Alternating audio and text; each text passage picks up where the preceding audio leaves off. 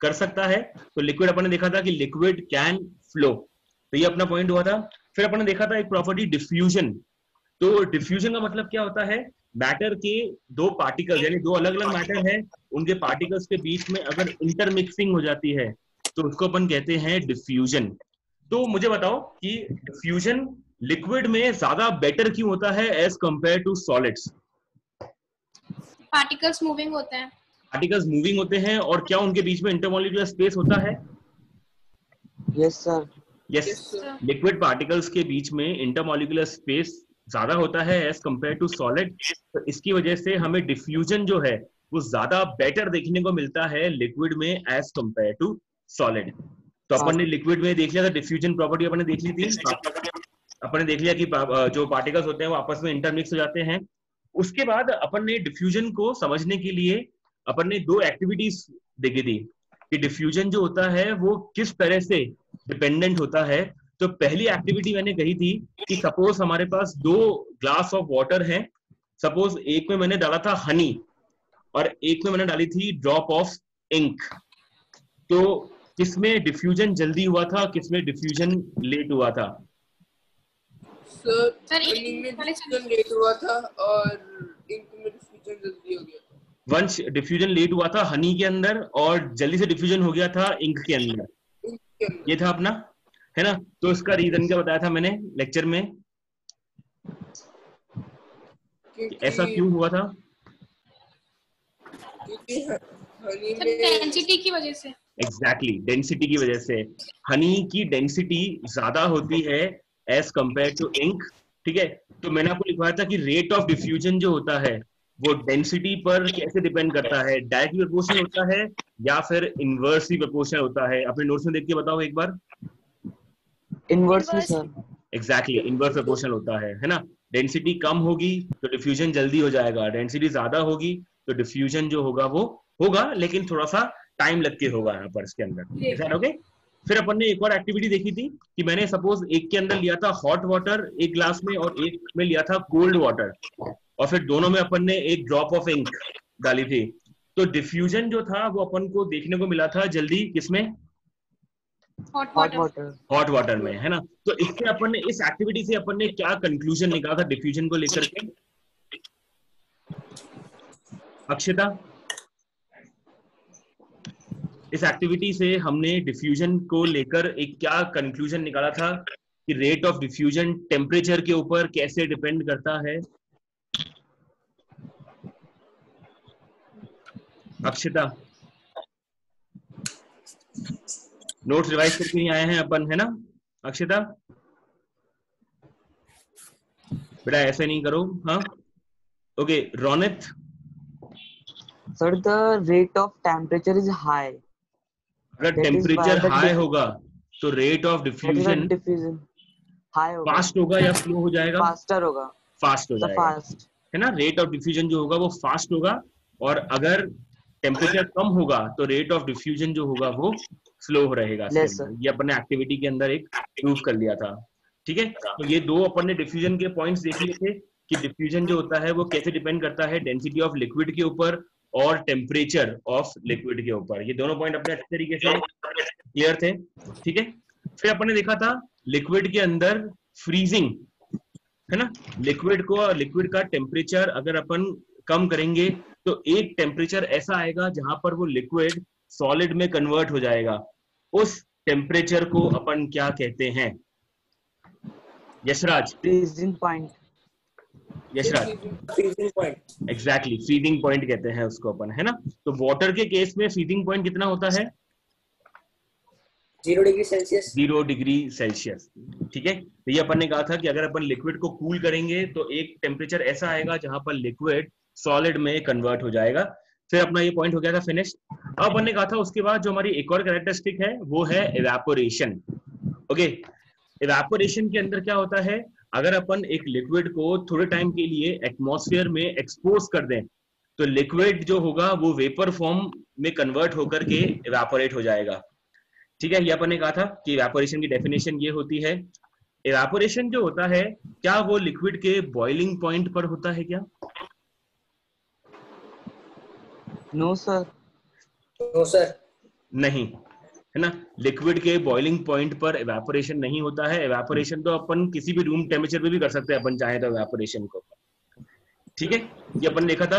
Okay, evaporation होने का basic कारण क्या था, इवेपोरेशन जो होता है वो क्यों होता है, इसको अपन ने डिस्कस किया था ऐसे कि लिक्विड के जो पार्टिकल्स होते हैं वो कंटिन्यूसली मूव करते रहते हैं, फिर जैसे ही एयर के अंदर अपन उसको रखते हैं तो एयर के पार्टिकल्स लिक्विड के पार्टिकल्स से स्ट्राइक करते हैं, लिक्विड के पार्टिकल्स की एनर्जी बढ़ जाती है और एनर्जी बढ़ने की वजह से लिक्विड के पार्टिकल्स अपने वाटर पार्टिकल्स को छोड़ करके चले जाते हैं एटमॉस्फेयर में वेपर बन के। ये अपन ने कहा था, वो इतनी ज्यादा एनर्जी एक्वायर कर लेते हैं कि वो पार्टिकल्स के बीच में इंटरमॉलिक्यूलर फोर्स को ओवरकम कर जाती है एनर्जी, और वो पार्टिकल्स को कन्वर्ट कर देती है वेपर फॉर्म के अंदर। ये अपन ने कहा था इसके अंदर, ठीक है। तो इवेपोरेशन होने से, सपोज जैसे मान लो मेरे पास एक वाटर रखा हुआ है ग्लास के अंदर, सपोज उसमें इवेपोरेशन हो गया, तो क्या उस वाटर का टेम्परेचर बढ़ जाएगा या कम हो जाएगा? कम हो जाएगा सर। कम हो जाएगा, है ना। क्यों? सर रीजन बताएगा मुझे कोई? सर चार भी बताना चाह रहे हो आप? सॉरी सर, मेरे को क्वेश्चन नहीं सुनाई दिया। मैं क्वेश्चन बेटा ये है मेरा कि जैसे सपोज एक ग्लास ऑफ वाटर है, अगर उस वाटर को अपन एक्सपोज कर दे एटमॉस्फेयर में तो उसमें इवेपोरेशन हो जाएगा। तो इवेपोरेशन होने के बाद जो वाटर बचेगा उसका टेम्परेचर हाई होगा या लो होगा? सर उसका टेम्परेचर लो होगा। उसका टेम्परेचर लो होगा, है ना। रीजन क्या हो जाएगा इसका, क्यों टेम्परेचर लो होगा उसका? क्योंकि जितने भी हाई एनर्जी पार्टिकल्स हैं वो तो एक्सपोज होगा और लो एनर्जी पार्टिकल्स है, और अपने पास रह जाएंगे वाटर के अंदर लो एनर्जी के पार्टिकल्स। तो एनर्जी लो, इसका मतलब टेम्परेचर लो। तो मैंने आपको लिखा था इवेपोरेशन कॉजेस कूलिंग, इवेपोरेशन की वजह से हमें कूलिंग इफेक्ट देखने को मिलता है। यहाँ तक कवर हो गया था अपना पॉइंट या नहीं हुआ था कवर अभी? सर हो गया था, यहाँ तक कवर हो गया था अपना, है ना। और फिर अपना ये पॉइंट हो गया था, इवेपोरेशन वाला पॉइंट अपना हो गया था। फिर अपन ने कहा था इवेपोरेशन जो है उसकी रेट को अपन बढ़ा भी सकते हैं और कम भी कर सकते हैं। तो कुछ फैक्टर्स ऐसे होते हैं जिससे रेट ऑफ इवेपोरेशन बढ़ जाती है या फिर कम हो जाती है। तो यशराज, पहला जो फैक्टर अपन ने देखा था वो अपने पास था रेट ऑफ इवेपोरेशन बढ़ाने का, नेचर ऑफ लिक्विड, है ना। yes. तो जैसे सपोज मेरे पास दो लिक्विड है, क्वेश्चन मेरा ढंग से सुनना। सपोज मेरे पास दो लिक्विड है, एक लिक्विड का बॉइलिंग पॉइंट है 85 डिग्री सेल्सियस और एक लिक्विड का बॉइलिंग पॉइंट है 75 डिग्री सेल्सियस, है ना। एक का 85 है और एक का 75 है। तो किसमें रेट ऑफ इवेपोरेशन हमें ज्यादा देखने को मिलेगा? 85 डिग्री सेल्सियस। सर 75। दोनों में से एक में तो होगा, एक कंफर्म है ना। किसी ने 75 का, किसी ने 85 का। Degree Celsius. ओके, 75 वाले फेवर में कौन कौन है? हैंड रेज करेगा अपने वीडियो में, हैंड रेज कर दो। 75 में रोनित है केवल, ठीक है। और बाकी को मान के चलूं कि सब 85 के फेवर में है, या फिर नन ऑफ द अबव, या फिर ऑल ऑफ द अबव। नहीं, ये तो खैर पॉसिबल नहीं है ना। तो अपन ने कहा था कि 75 या 85। तो देखो, रेट ऑफ इवेपोरेशन जो होता है वो डिपेंड करता है लिक्विड के बॉइलिंग पॉइंट पर। जितना बॉइलिंग पॉइंट कम होगा उसमें रेट ऑफ इवेपोरेशन उतना ही ज्यादा होगा। तो एक का 85 है और एक का 75 है, तो जिसका बॉइलिंग पॉइंट कम है उसमें रेट ऑफ इवेपोरेशन ज्यादा देखने को मिलेगा।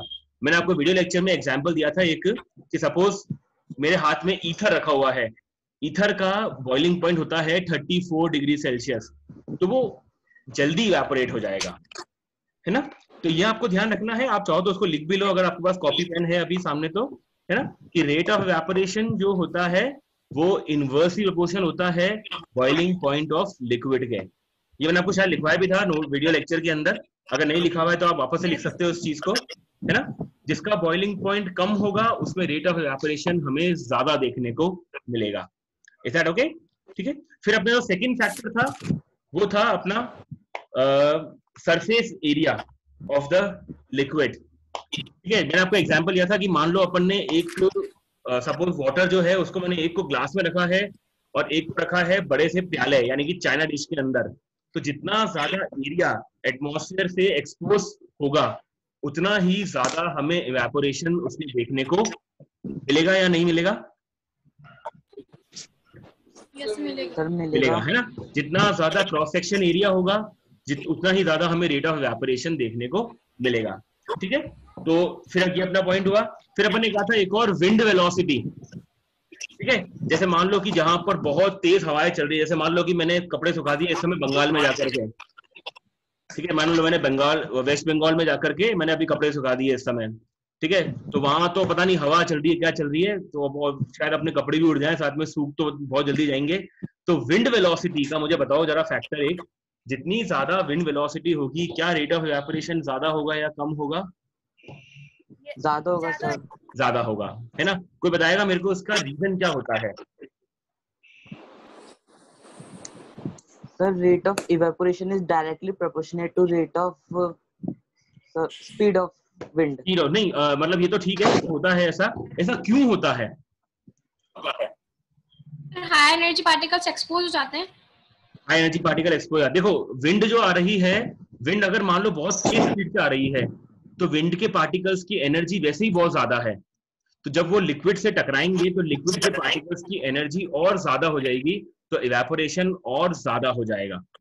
ठीक है, तो आप इसको अपनी चाहो तो लैंग्वेज बना के भी लिख सकते हो अपनी कॉपी के अंदर कि since the speed of the wind is more hence it's energy is more therefore the rate of evaporation also increases इस केस के अंदर। Is that okay? तो जहां पर तेज हवाएं चलती है वहां पर हमारे रेट ऑफ इवेपोरेशन बहुत ज्यादा हो जाता है। फिर अपन ने एक और एग्जांपल दिया था ह्यूमिडिटी, एक और फैक्टर था ह्यूमिडिटी अपने पास। तो ह्यूमिडिटी को मुझे बताएगा पहले कोई, ह्यूमिडिटी होता क्या है वंश? So the amount of water vapor present. Exactly, amount of water vapor present in the air। एक अमाउंट ऑफ वाटर वेपर जितना एयर में प्रेजेंट होगा उसको अपन कहते हैं ह्यूमिडिटी।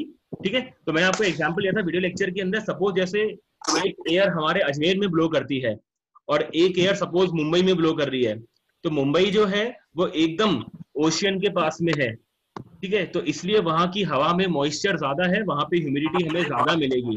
तो सपोज मैंने एक कपड़े सुखाए हमारे अजमेर की छतों पे और एक मैंने सुखाए सपोज हमारे मुंबई की छतों पे, तो ज्यादा जल्दी ड्राई कपड़े कहां पर होंगे?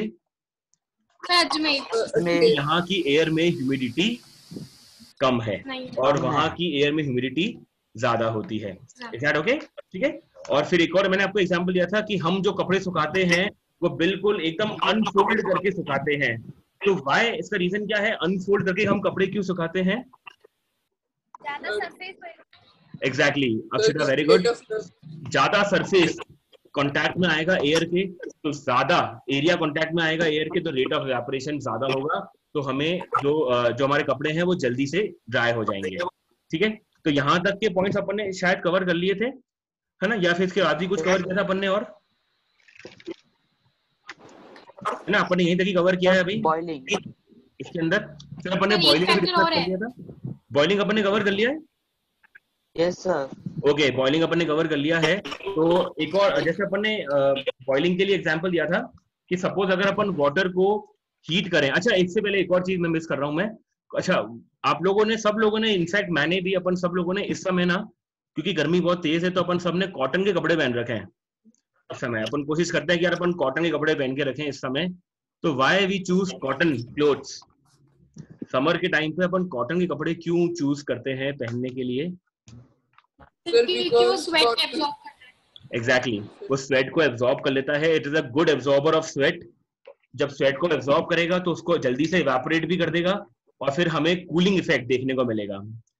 ठीक है, तो ये अपन ने एग्जांपल दिया था। अर्थन पॉट का मैंने आपको एग्जांपल दिया था वीडियो लेक्चर के अंदर। जो हमारे घर में मटका होता है उसमें थोड़े टाइम बाद पानी जो है वो ठंडा हो जाता है, क्योंकि मटके के अंदर स्मॉल स्मॉल पोर्स होते हैं, तो वाटर इवेपोरेट होकर के उस पोर्स में से बाहर निकल जाता है और फिर मटके में हमें पानी जो है वो ठंडा मिलता है। ये अपन ने पॉइंट डिस्कस कर लिया था। ठीक है, फिर अपन नेक्स्ट आते हैं बॉइलिंग के ऊपर। बॉइलिंग मैंने आपको कहा था कि सपोज अपन अगर वाटर को हीट करें तो वाटर में जो वेपर जनरेट होंगे उसका वेपर प्रेशर अगर एटमॉस्फेरिक प्रेशर के बराबर हो जाए तो वाटर जो है वो स्टार्ट्स बॉइलिंग। ये आपने बताया था इसके अंदर। ठीक ठीक है। और जिस टेम्परेचर के ऊपर ऐसा होता है उस टेम्परेचर को अपन कहते हैं बॉइलिंग पॉइंट ऑफ वाटर, या sorry boiling point of liquid, ठीक है। तो जैसे वाटर गैस में बॉइलिंग पॉइंट होता है 100 डिग्री सेल्सियस, ये अपन ने कहा था, ठीक है। फिर मैंने आपको एग्जांपल दिया था कि सपोज जैसे अपन चले गए माउंट एवरेस्ट के ऊपर, तो माउंट एवरेस्ट बहुत ज्यादा हाइट पर है, तो जितनी ज्यादा अपन हाइट पे जाएंगे वहां पे एटमॉस्फेरिक प्रेशर उतना ही कम होता जाएगा, और इस तरह से लिक्विड का बॉइलिंग पॉइंट भी कम होता जाएगा। जैसे माउंट एवरेस्ट पे लिक्विड का बॉइलिंग पॉइंट, जैसे वाटर की बात करूं अगर मैं, तो वाटर का बॉइलिंग पॉइंट माउंट एवरेस्ट पे हो जाता है 70 डिग्री सेल्सियस, जबकि अर्थ की सरफेस पे कितना है 100 डिग्री सेल्सियस, 100 डिग्री। ठीक है। जितना अपन हाइट पे जाएंगे उतना बॉइलिंग पॉइंट जो होगा वो डिक्रीज करता जाएगा, ठीक है। अच्छा सपोज मुझे बॉइलिंग पॉइंट लिक्विड का इंक्रीज करना है, मुझे बॉइलिंग पॉइंट बढ़ाना है वाटर का, तो फिर अपन क्या तरीका अपनाते हैं? Sir by adding salt, by adding salt, यानी कि अपन नॉन वोलेटाइल इम्प्योरिटीज को उसमें ऐड करते हैं, ठीक है। नॉन वोलेटाइल इम्प्योरिटीज को अगर अपन ऐड करेंगे तो लिक्विड का बॉइलिंग पॉइंट जो होगा वो, मतलब जो भी उसका बॉइलिंग पॉइंट है उससे थोड़ा सा इंक्रीज हो जाएगा। Is that okay? ठीक है, तो ये अपन ने यहाँ तक कवर अप कर लिया था। ओके, अब एक एक करके मुझे कोई बताएगा different, one by one, turn by turn upon discuss करते हैं, से स्टार्ट करते हैं। चलो अल्फाबेटिकल ऑर्डर में स्टार्ट करते हैं, है ना। इवेपोरेशन में और बॉइलिंग में एक एक डिफरेंस। तो अल्फाबेटिकल ऑर्डर में सबसे पहले आती है Akshita. Akshita, number one difference between evaporation and boiling. Evaporation सारे टेम्परेचर पे हो जाता है, इवेपोरेशन सारे टेम्परेचर पे जाता है, और बॉइलिंग जो है वो केवल बॉइलिंग पॉइंट एग्जैक्टली वो बॉइलिंग पॉइंट पर ही होता है, ठीक है। तो पहला पॉइंट अपना ये हुआ था कि इवेपोरेशन किसी भी टेम्परेचर पर जाता है, लेकिन बॉइलिंग जो होती है वो सिर्फ बॉइलिंग पॉइंट पर ही होती है, ठीक है। उसके बाद सी से चारवी, डिफरेंस नंबर 2। सर इवेपोरेशन जो है वो किसी वो टक्कर हो सकता है लिक्विड के, ठीक है, और बॉइलिंग जो है वो पूरे लिक्विड, एग्जैक्टली जो बॉइलिंग होता है वो with in the bulk of a liquid होता है, ठीक है। और इवेपोरेशन जो होता है वो सिर्फ सरफेस फिनोमेना है, केवल सरफेस वाटर पे हमें देखने को मिलता है, ठीक है। ओके, उसके बाद Ronit, difference number 3। evaporation causes cooling whereas Exactly. boiling does not cause cooling. बिल्कुल सही, इवेपोरेशन की वजह से हमें कूलिंग इफेक्ट देखने को मिलता है, और बॉइलिंग में हमें ऑब्वियसली कूलिंग इफेक्ट देखने को नहीं मिलता है, वहां पर अपन को हीटिंग इफेक्ट देखने को मिल सकता है, ठीक है। ओके वंश, कोई और डिफरेंस अगर दिमाग में आ रहा हो तो बताओ। तो इवेपोरेशन में कुछ फैक्टर्स डिपेंड करते हैं, उनके हिसाब से इवेपोरेशन होता है, पर बॉइलिंग में बिल्कुल ठीक है, बिल्कुल ठीक है, उसमें कोई फैक्टर्स इफेक्ट नहीं होते हैं, बिल्कुल अच्छी बात है ना। इवेपोरेशन को तो काफी सारे फैक्टर्स पे डिपेंड होता है, बॉइलिंग डिपेंड करता है सिर्फ एटमॉस्फेरिक प्रेशर के ऊपर बस, ठीक है। यशराज, कोई और difference? Sir evaporation sir humidity increase करता है सर, एयर टेम्परेचर, इवेपोरेशन की वजह से ह्यूमिडिटी बढ़ जाती है एयर के अंदर, ठीक है। आउटर टेम्परेचर इंक्रीज होता है, कूलिंग होती है सर। इवेपोरेशन कूलिंग वाला शायद हो चुका है पॉइंट अपना, है ना। एक अपन डेफिनेशन भी कह सकते हैं इवेपोरेशन की, इवेपोरेशन की डेफिनेशन और बॉइलिंग की डेफिनेशन जो है वो भी अपने एक पॉइंट हो जाएगा इस तरीके से, ठीक है। तो ऐसे अपन ने 5 डिफरेंस लिख लिए इवेपोरेशन के अंदर और बॉइलिंग के अंदर, ठीक है। तो मान लो अपने स्कूल एग्जाम्स में आता है 3 मार्क्स का या 5 मार्क्स का, तो अपन आराम से डिफरेंसेस को बना करके लिख सकते हैं। Is that okay? तो ये अपना शायद लास्ट पॉइंट था, ये अपने लास्ट लेक्चर में अपन यहीं पे कवर अप कर लिया था इसके अंदर, है ना। तो लास्ट पॉइंट अपना शायद यही था, इवेपोरेशन और बॉइलिंग में जो अपन ने डिफरेंस कवर किए थे, ठीक है। तो अब इसके बाद अगर आपके कोई डाउट्स अगर हैं तो टर्न बाय टर्न अपन एक एक करके डिस्कस करते हैं। अगर आप लोगों की कोई क्वेरी है, कोई डाउट्स है, चलो वो अपन डिस्कस करते हैं, फिर मैं आप लोगों से कुछ क्रॉस क्वेश्चनिंग करूंगा अभी इसके बाद।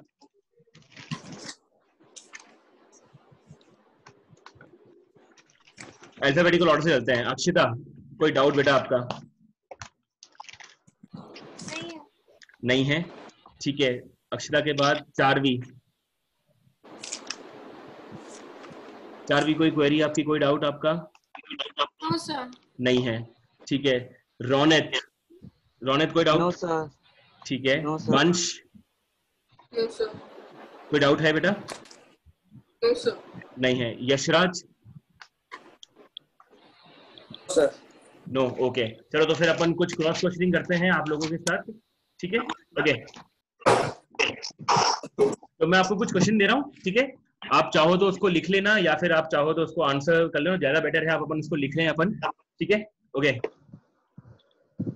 तो मेरा क्वेश्चन नंबर 1 जो है वो ये है। क्वेश्चन नंबर 1, why does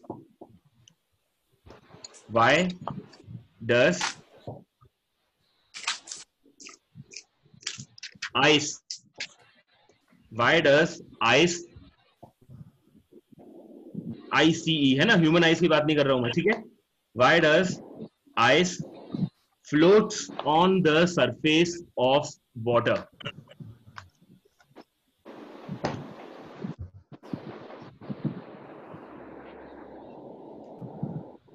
लोगों ने इस फिनोमेना को डेली लाइफ में बहुत बार देखा होगा। गर्मियों में जो खैर अपन देखते रहते हैं इस चीज को, है ना, हमारे घरों में शरबत वगैरह बनता है या कुछ भी कोई ठंडी चीज बनती है, तो आपने देखा होगा आइस जो होती है वो वाटर में पूरा डूब नहीं जाती है, वो सिंक नहीं होती है, वो पानी के ऊपर फ्लोट कर रही होती है ना? तो मेरा क्वेश्चन ये है कि why does ice floats on the surface of water? Sir density of ice, sir density की वजह से।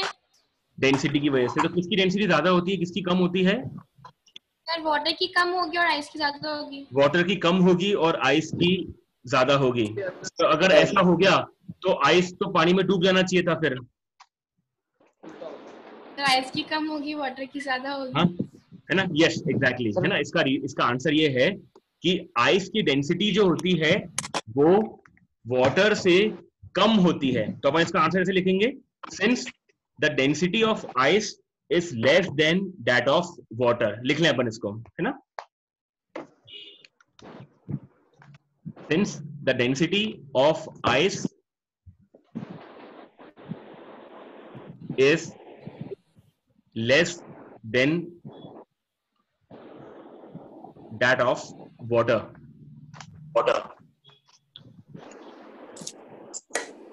ठीक है? Hence it floats.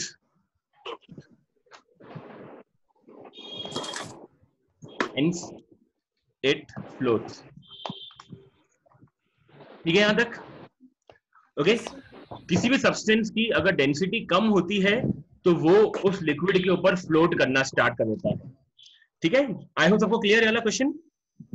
Yes sir. Yes sir. Okay, अब इसी क्वेश्चन का मेरा दूसरा पार्ट है। अब आइस जो है, सुनना ढंग से, है ना?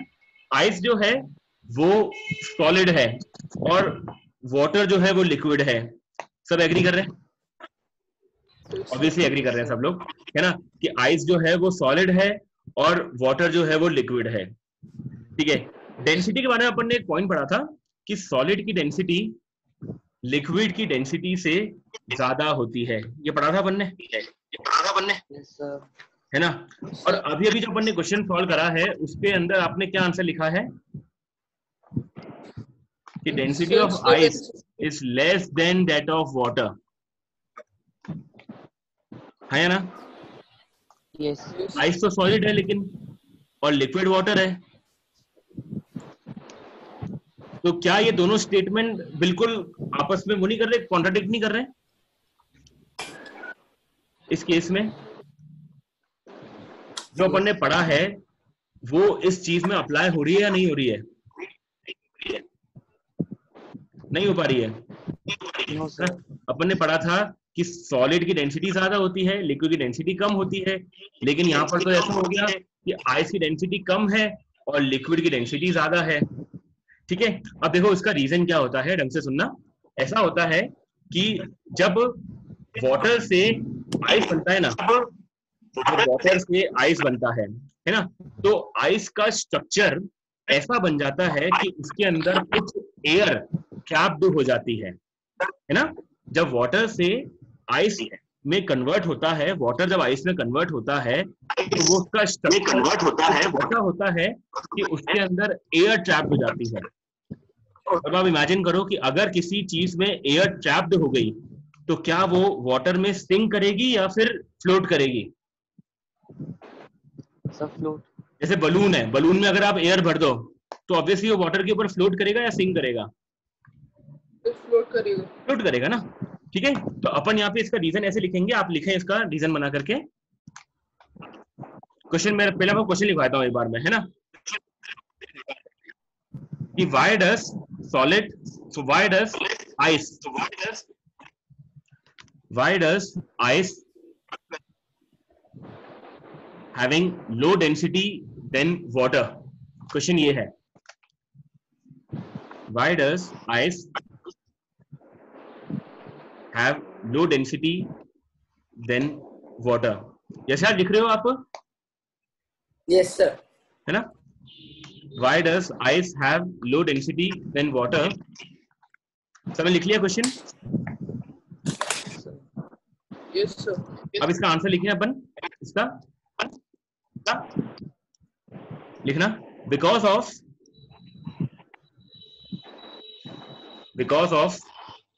the air trapped, because of the air trapped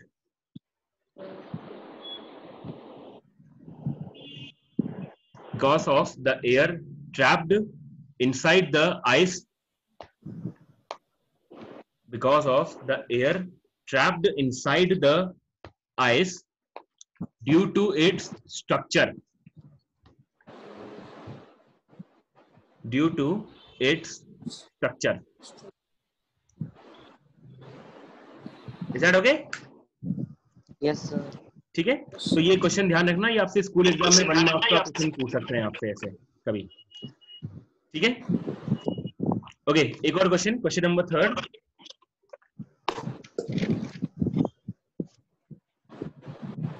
okay, sponge अपन जानते हैं, स्पंज, यस सर, है ना। अपन ने पढ़ा था कि क्या सॉलिड्स कंप्रेसिबल हो सकते हैं क्या? No sir. नहीं, ठीक है। क्या स्पंज एक सॉलिड है? Yes sir, yes sir. Sponge एक सॉलिड है। क्या स्पंज कंप्रेसिबल है? Yes yes sir. Sponge compressible है। तो फिर ये दोनों स्टेटमेंट अलग अलग हो गए या फिर इसका भी कोई रीजन है? Because of air present in the exactly, sponge, है ना, एग्जैक्टली। स्पंज के जो पोर्स, स्पंज के अंदर एयर प्रेजेंट होती है, फिर जैसे अपन उसको कंप्रेस करते हैं तो उसके पोर्स में से एयर बाहर निकल जाती है, ठीक है, वहां से एस्केप आउट हो जाती है। तो इसीलिए स्पंज भले ही एक सॉलिड है, ठीक है, तो वो आपसे पूछ सकते हैं एग्जाम में कंप्रेसिबल क्यों है, क्योंकि उसके अंदर एयर ट्रैप्ड होती है। फिर जैसे अपन उसको कंप्रेस करते हैं तो उसमें से एयर जो है वो एस्केप आउट हो जाती है, इस तरीके से। Is that okay? ठीक है, तो ये अपना एक और क्वेश्चन हो गया। ओके, परफ्यूम की जो स्मेल होती है, परफ्यूम की जो स्मेल होती है, अगर सपोज मैं एक रूम के कॉर्नर में उसको स्प्रे करूं तो वो पूरे रूम में स्प्रेड हो जाती है ना, ठीक है। उसका रीजन क्या होता है सर? क्योंकि परफ्यूम के पार्टिकल्स एटमॉस्फेयर में जल्दी से इंटरमिक्स होते हैं। परफ्यूम के पार्टिकल्स एटमॉस्फेयर में जल्दी इंटरमिक्स हो जाते हैं, है ना। और क्या पार्टिकल्स मूव फास्टर, एग्जैक्टली, क्योंकि परफ्यूम के पार्टिकल्स जो होते हैं वो गैस फॉर्म में होते हैं, और गैस जो होती है उनकी एनर्जी ज्यादा होती है, तो वो फास्टर मूव कर सकते हैं। फास्टर मूव करने से वो उसकी फ्रेग्रेंस पूरे रूम में स्प्रेड हो जाती है, ठीक है। तो ये अपन जब गैसेस पढ़ेंगे अभी आगे, तो गैसेस में आप पढ़ोगे कि डिफ्यूजन फिनोमेना की वजह से ऐसा होता है, ठीक है। ओके, ये अपना क्वेश्चन हो गया एक, ये वाला। अच्छा, अमोनियम क्लोराइड को अगर अपन हीट करेंगे तो क्या होगा? It converts into gas. It converts into gas. क्या कहते हैं इस फिनोमेना को अपन? सब्लिमेशन। सब्लिमेशन, है ना। अमोनियम क्लोराइड जो है वो डायरेक्टली गैस में कन्वर्ट हो जाता है, तो उसको अपन कहते हैं सब्लिमेशन। इसके रिवर्स प्रोसेस को अपन क्या नाम देते हैं? डिपोजिशन। डिपोजिशन, वेरी गुड, ठीक है। तो सब्लिमेशन के मुझे कोई और 2 एग्जांपल दे सकता है क्या कोई, जो ये ऐसा शो करता है सब्लिमेशन? कैम्फर हो गया एक, और नेफ्थलीन बॉल्स, है ना, dry ice, very good. Dry ice भी इसका एग्जाम्पल है इस तरीके से। ठीक है, तो ये अपने 3 एग्जाम्पल हो गए सब्लिमेशन के। ठीक है, तो ये अपना पॉइंट यहाँ तक फिनिश हुआ। ठीक है, यहाँ तक का पॉइंट अपन ने फिनिश कर लिया है। और देखो किसी को और कुछ क्वेरी, किसी को कुछ और कहना हो, आपका कोई जनरल फीडबैक हो अपना, तो आप आराम से शेयर करें। कुछ भी, किसी को कुछ भी कहना हो तो आप कहें। आपको सारे सब्जेक्ट पढ़ने में मजा आ रहा है? Yes sir. केमिस्ट्री, सबसे पहले शुरुआत केमिस्ट्री से करते हैं। चलो, केमिस्ट्री पढ़ने में मजा आ रहा है? Yes, sir. आराम से लेक्चर्स को देख रहे हो, दिक्कत तो नहीं आ रही है किसी को भी? No, no sir. सर। ठीक है, और बाकी सब्जेक्ट्स में, बायो में, मैथमेटिक्स, एसएसटी वगैरह सब अच्छे से चल रहा है आपका? हाँ, यस सर। जैसा मैंने शेड्यूल बताया है उस तरह से फॉलो कर रहे हो बिल्कुल, यस सर। है ना? अपनी स्टडीज को पूरा प्रॉपरली टाइम देना घर पे। ठीक है, मोबाइल तभी यूज करना जब आप लेक्चर देख रहे हो, इसके अलावा मोबाइल को बिल्कुल यूज मत करना ज्यादा आप लोग। ठीक है, या फिर लैपटॉप वगैरह जो आप जिस पे भी आप देखते हो लेक्चर्स को, उसको सिर्फ और सिर्फ लेक्चर्स के टाइम तक ही यूज करो, बस ज्यादा बेटर रहेगा। ठीक है, वरना आइस पे भी बहुत ज्यादा स्ट्रेन पड़ता है इससे यार अपने। तो बेटर है कि अपन ज्यादा यूज ना करें, सिर्फ लेक्चर्स एट ए टाइम ही उसको यूज करें अपने। ठीक है, असाइनमेंट जो आपको मिल रहे हैं वो भी आप लोग को टाइमली भेज रहे हो, मेरे पास आ रहे हैं ना, वो भी एक अच्छी बात है, और उसके लिए थम्स अप है आप सबको। आप बहुत अच्छे से असाइनमेंट भेज रहे हो, नोट भी अच्छे से बना करके भेज रहे हो। बिल्कुल ठीक है। अपन क्या करने वाले हैं, बहुत जल्दी मैं एक नया कंसेप्ट इंट्रोड्यूस करने वाला हूँ आप लोगों के सामने, गूगल क्लासरूम का। ठीक है, मैंने इसको क्लास 10th जो है अपनी 10th क्लास जो है अपनी, उसमें इसको ऑलरेडी इंट्रोड्यूस कर दिया है, और वहां से बहुत अच्छे रिजल्ट अपन को देखने को मिल रहे हैं। तो गूगल क्लासरूम क्या है, कैसे अपन इसको इम्प्लीमेंट करेंगे, मैं आपको बहुत जल्दी एक्सप्लेन करूंगा अगले जूम सेशन के अंदर। ठीक है, उसके अंदर चीजें और ज्यादा हमारे लिए स्मूथ हो जाएगी। उसके अंदर आपको असाइनमेंट सबमिट करना, आप लोगों के टेस्ट लेना, आप लोगों की बहुत सारी चीजें काफी बेटर इंप्रूव हो जाएगी। क्या आप में से कोई स्टूडेंट यूज कर रहा है Google classroom app? Sir. Yes, sir. Use कर रहे हो ना? तो आप लोग उसमें देखो, काफी Yes, अच्छा sir. है Google classroom app, Yes, sir. है ना? व्हाट्सएप पे तो मुझे काफी बेटर लगता है, अपन असाइनमेंट को व्हाट्सएप पे पोस्ट करें, इससे बेटर है कि मैं उसको गूगल क्लासरूम ऐप के ऊपर पोस्ट करूंगा आपसे मैं। ठीक है, तो जैसे अपना next Okay, zoom sir. Session होगा, ठीक है, तो मैं आपको गूगल क्लासरूम के बारे में कुछ और डिटेल्स दूंगा, और गूगल क्लासरूम ऐप में ज्वाइन करने का मैं आपको एक कोड दूंगा। तो उस कोड से अपन उस ऐप के अंदर ज्वाइन करेंगे। कैसे ज्वाइन करना है, कैसे पूरा रहेगा, इसकी मैं पूरी आपको एक अलग से क्लास दूंगा एक आप लोगों के, है ना? आप लोगों को एक वीडियो शेयर करूंगा मैं आपके व्हाट्सएप ग्रुप के अंदर, कि कैसे अपन को उसमें अकाउंट बनाना है, कैसे उसमें अपन को अपने असाइनमेंट सबमिट करने होंगे। ठीक है, कैसे अपन उसमें अपना मटेरियल जो है उसको स्टडी कर पाएंगे प्रॉपर्ली पूरा। ठीक है, तो चलो फिर वाइंड अप करते हैं आज का सेशन। ओके, अभी अपना सेशन खत्म होने के बाद, जैसे अपना सेशन खत्म होता है अभी, तो आप अपने व्हाट्सएप ग्रुप के ऊपर जाना, और अपना आज का जो जूम सेशन हुआ है ना, इसके ऊपर एक फीडबैक देना मेरे को, बस केवल एक जनरल फीडबैक कि आपको कैसा लगता है जूम सेशन। केमिस्ट्री की बात कर रहा हूँ मैं पर्टिकुलरली। ठीक है, अपना जूम सेशन कैसा लगता है, आप लोगों को नई चीज सीखने को मिली इसके अंदर, आप लोगों के डाउट्स प्रॉपर्ली क्लियर हो पा रहे हैं। जनरल सा फीडबैक चाहिए मेरे को बस ग्रुप के अंदर। Is that okay? Yes sir. ठीक है, चलो फिर अपन आज का सेशन वाइंड अप करते हैं। ठीक है, चलो, okay, thank you students, thank you so much. Thank you sir. Thank you, sir.